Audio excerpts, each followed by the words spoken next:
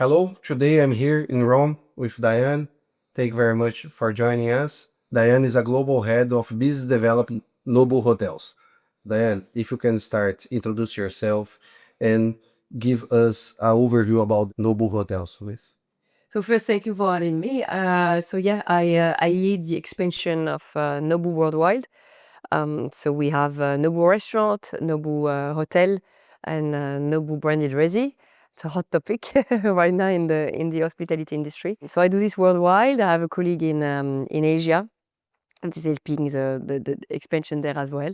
So very small team, and we managed so far to around 60 hotel in the world, half open, half on the pipeline, 20 branded resi, and we said like nearly 65, 70 like a restaurant in the world.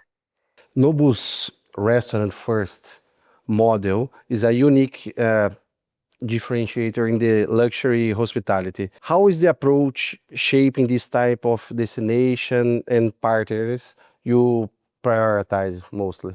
So Nobu Hospitality started as a restaurant chain. So we are very culinary-led focus. I would say in 2012, around those time, we started to go to hotel, and it worked. So then we started to put our Nobu restaurant inside the Nobu hotel.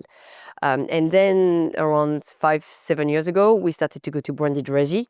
So then it was a restaurant. So you eat at us, you sleep at us, and you could also buy some real estate from us.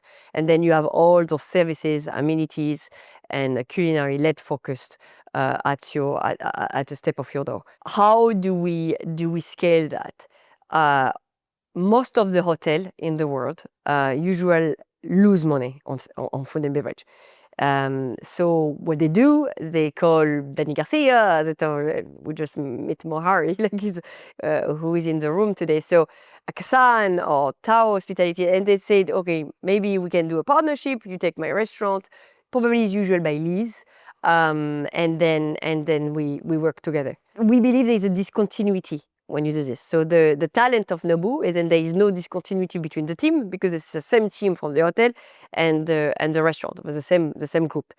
So for us, this is already a nice differentiator, as you mentioned. Second, because we are quite profitable in the restaurant and we do a lot of volume, great turnover, our business model worked, and then we were able to scale this in a room.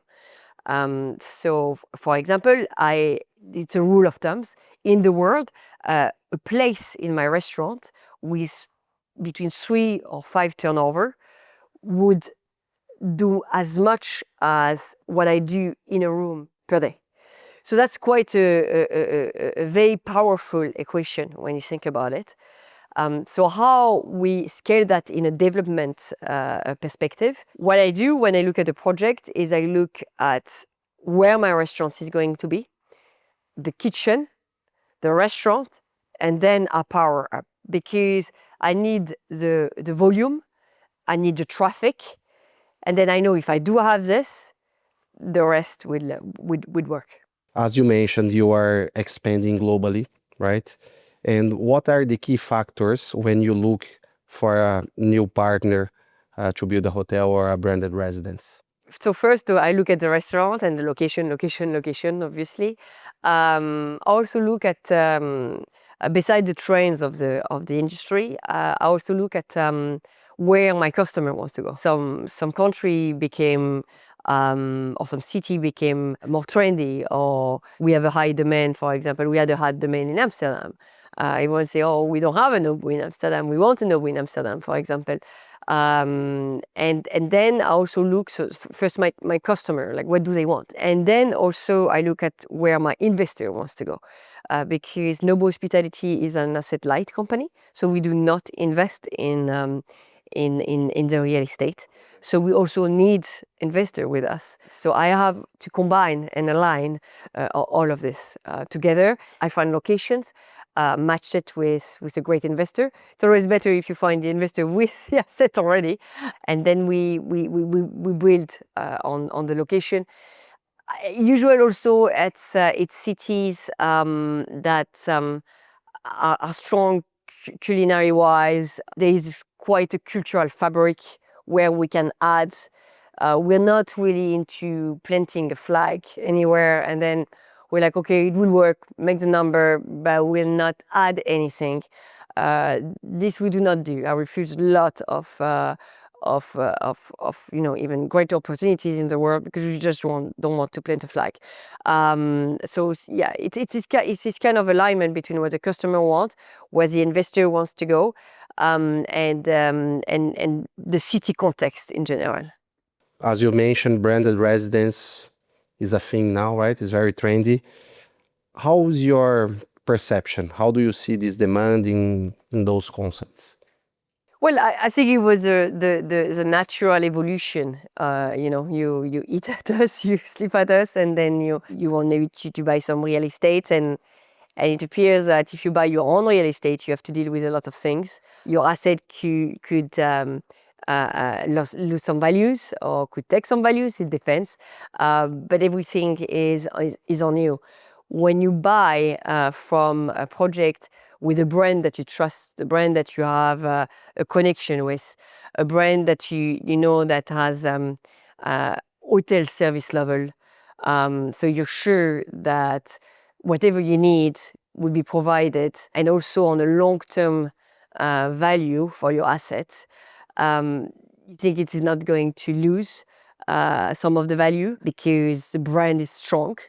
I believe that's why people prefer now to buy in those mixed-use projects.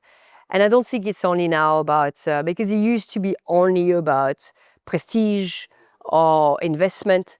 I think now it's also about, do you feel connected with the brand? Do you feel that it adds something? For example, for us, we know that they are quite foodie or culturally, like culinary focus. So having the ability of having, the chef at your door that could, do something a little bit more intimistic, like in your kitchen or in your living room with your friend, that's, I think, add something. But I do believe that was a natural evolution, and the brand, the luxury brand that are winning right now are the ones that are able to balance a sense of soul connection with a great storytelling, with very strong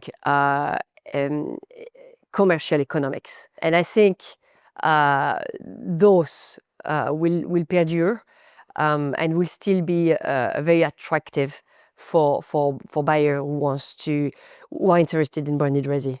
And as a GRI member, how GRI has been supporting you to achieve your goals? I could think of three things. I think it's always great to further your knowledge. You can't know everything. City evolved, ADR evolved, market trends evolved. So when you go to Paris, you go to London with your eye or Roma, it's great to, maybe refresh on ADR, refresh on market trend, having your industry peers, being able to connect with them. So that the first level on the industry, I would say. Second, what I really like, it's those visits. That sometimes if you come early enough, you join some visits. And that's great. You could do it alone. You could do to different hotel beds. But the way it's organized and you get a little bit more information, you visit different hotels, you understand, what's going on in the market. So when you're not there, it's a great thermometer, if I would say, to know what's going on and how your different brand did it. And then the third is definitely more result oriented, which are trying to find owners, because asset comes and goes. I'm not a broker, so I do look for asset, but I also look mostly for my ownership.